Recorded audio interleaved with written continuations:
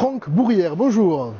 Vous êtes directeur commercial et marketing au sein de la société Prouftag, société qui est basée à Montauban, qui a été créée en 2004 et qui s'est lancée dans une innovation extrêmement particulière.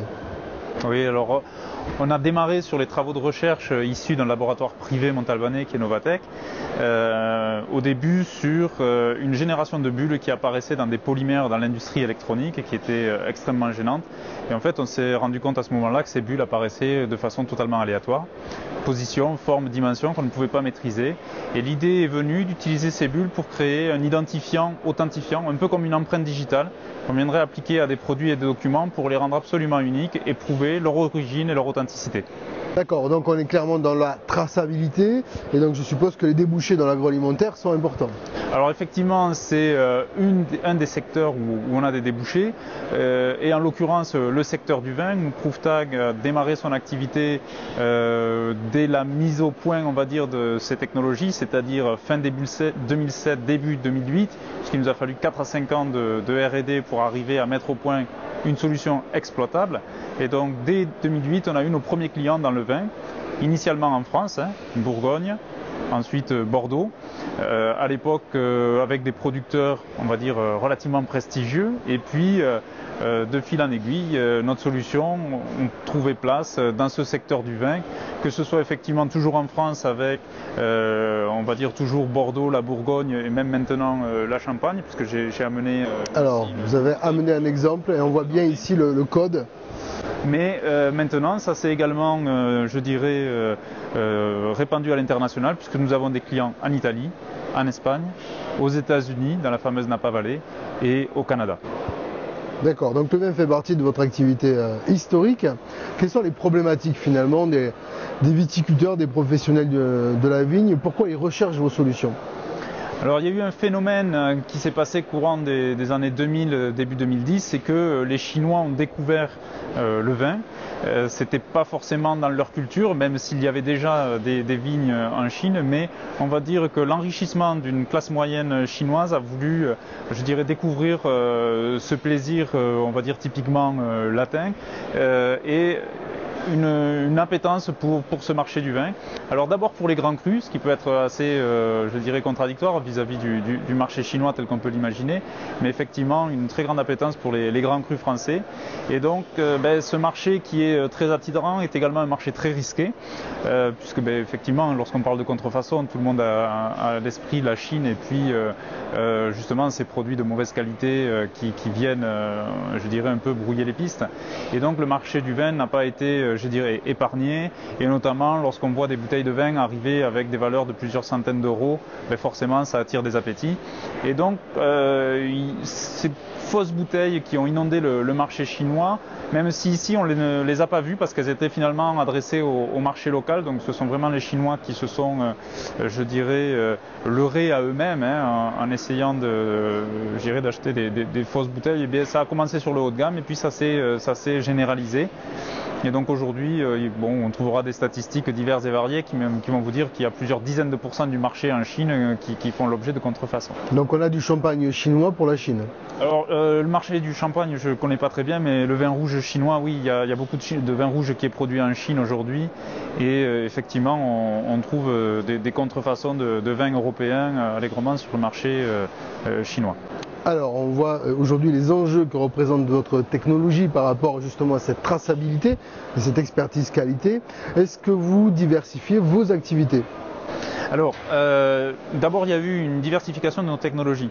Il faut savoir qu'ici, au sein de la région anciennement Midi-Pyrénées, nous avons participé au pôle de compétitivité Agri Sud-Ouest Innovation. Nous avons eu un des premiers projets labellisés, le projet GeoWine, qui nous a permis de travailler avec les producteurs de Plémont et la CCI du Gers à, on va dire, la démocratisation de nos solutions.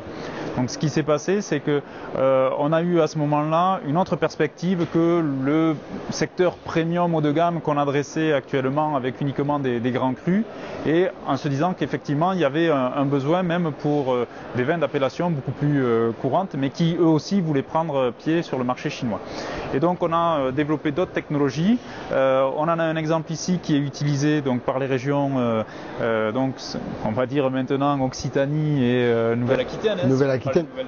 Là, ce ne sont pas des bulles enfermées dans du polymère. Ça, voilà, ce ne sont plus des codes à bulles. Là, c'est une autre technologie qui s'appelle Ramdot, qui a été développée pour cette application. Donc là, dans le cas de Sud-Ouest France, on sécurise aussi bien du vin que des produits agroalimentaires issus du terroir sud-ouest.